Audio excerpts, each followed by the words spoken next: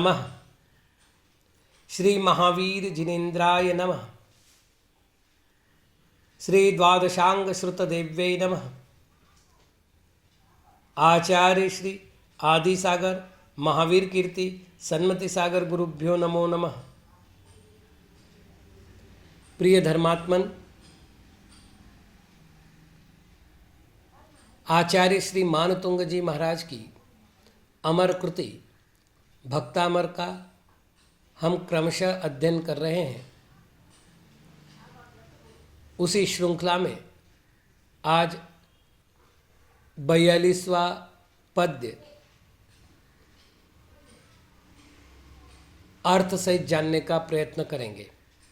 आचार्य महाराज समझाते हैं, वलगत तुरंग गज गर्जित भीमनाद माजौ बलं बलवतामपि भूपतीनाम् उद्यद्दिवाकर मयूखशिखापविद्धं त्वत्कीर्तनात्तम इवाशुभिदामुपैति।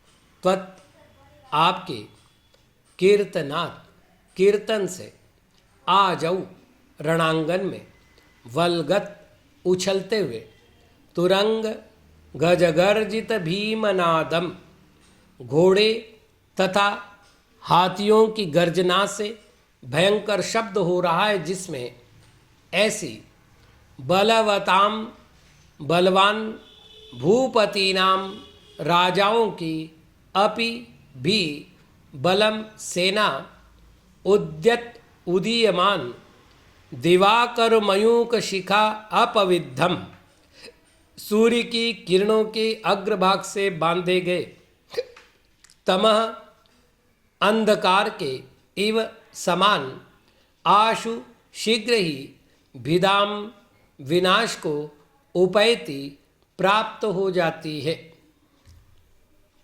टीकाकार कहते हैं, भोदेव हे देव आजौ संग्रामे बलवतामपि,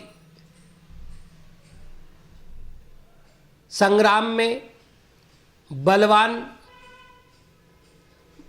भूपति नाम राज्ञाम, भूपति नाम राजा का बलम सैन्यम, बलम सैन्य, त्वत्कीर्तनात् भवन नाम स्मरणाद उद्यत दिवाकर मयूख शिखा पविद्धम तम इव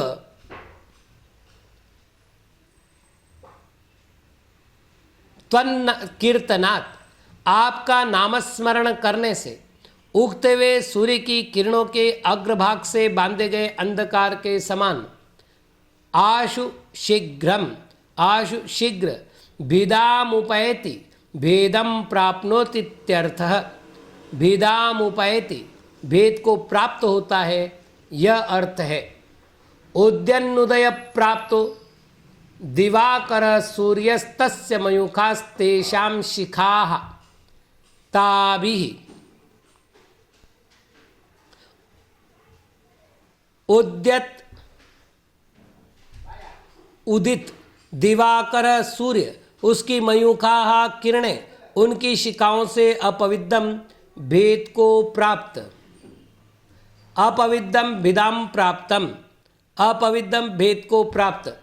कथम भूतम बलम, कैसी सेना को, वलगन तो ये उछल रहे हैं जो, तुरंगा अश्वास तथा गजानाम गर्जितानि तैर्भीमा भयंकरा नादा शब्दा यस्मिन् तत्।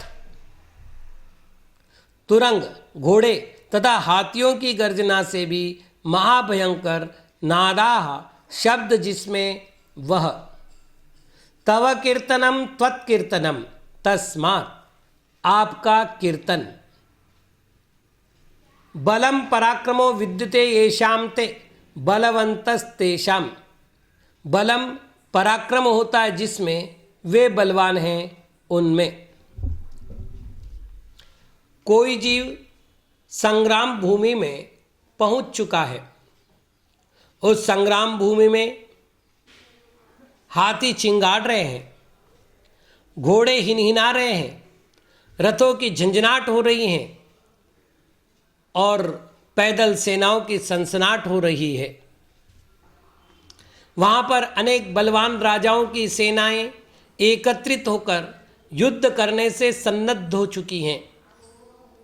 केवल अस्त्र और शस्त्रों का प्रयोग करके उस युद्ध में विजय प्राप्त करना कठिन है। ऐसी स्थिति में जो पुरुष अपनी सेना, अपने शस्त्र और अपने बाहुबल के अभिमान को छोड़कर समर्पण भाव से जिनेंद्र भगवान का कीर्तन करता है, एकाग्रमना होकर जिनेंद्र की शरण का वरण करता है, उसके समक्ष परकीय सेना उसी प्रकार भाग जाती है जैसे उगते हुए सूर्य की किरणों से अंधकार विनष्ट हो जाता है। इस प्रकरण में दो प्रश्न उपस्थित हो सकते हैं। पहला प्रश्न है कि युद्ध में विजय को प्राप्त करने के लिए शत्रु सेना का संहार करना होता है। क्या युद्ध में विजय प्राप्त करने के लिए जिनेंद्र भगवान की स्तुति की जा सकती है? दूसरा प्रश्न यह है कि जहाँ भालों से भाले टकरा रहे हो, बाणों से बाण काटे जा रहे हो अथवा तलवारों से तलवारें टकराकर चिंगारियाँ उत्पन्न कर रही हो, ऐसे युद्ध में किसी की ऐसी भाव स्थिति बन सकती है कि वो जिनेंद्र भगवान की स्तुति कर सके? बहुत कठिन प्रश्न है। इसके उत्तर का अन्वेषण करने में बहुत सावधानी की आवश्यकता है। जिनेंद्र भक्त अहिंसक भावों से संपन्न होता है। अहिंसक क्षत्रिय राष्ट्र रक्षा, धर्म रक्षा, आयतन रक्षा, आश्रित जीव रक्षा आदि उद्देश्यों को लेकर विरोधी हिंसा को करता है।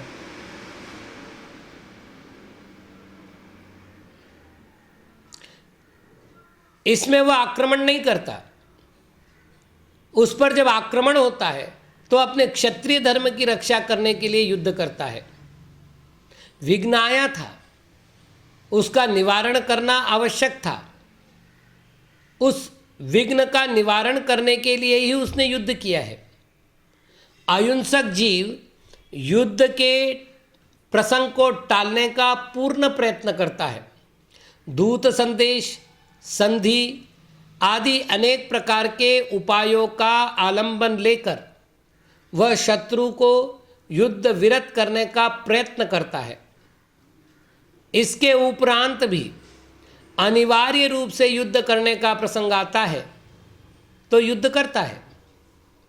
दुर्जय जेय पक्षाः यह विशेषण विशेष रूप से विचारणीय है।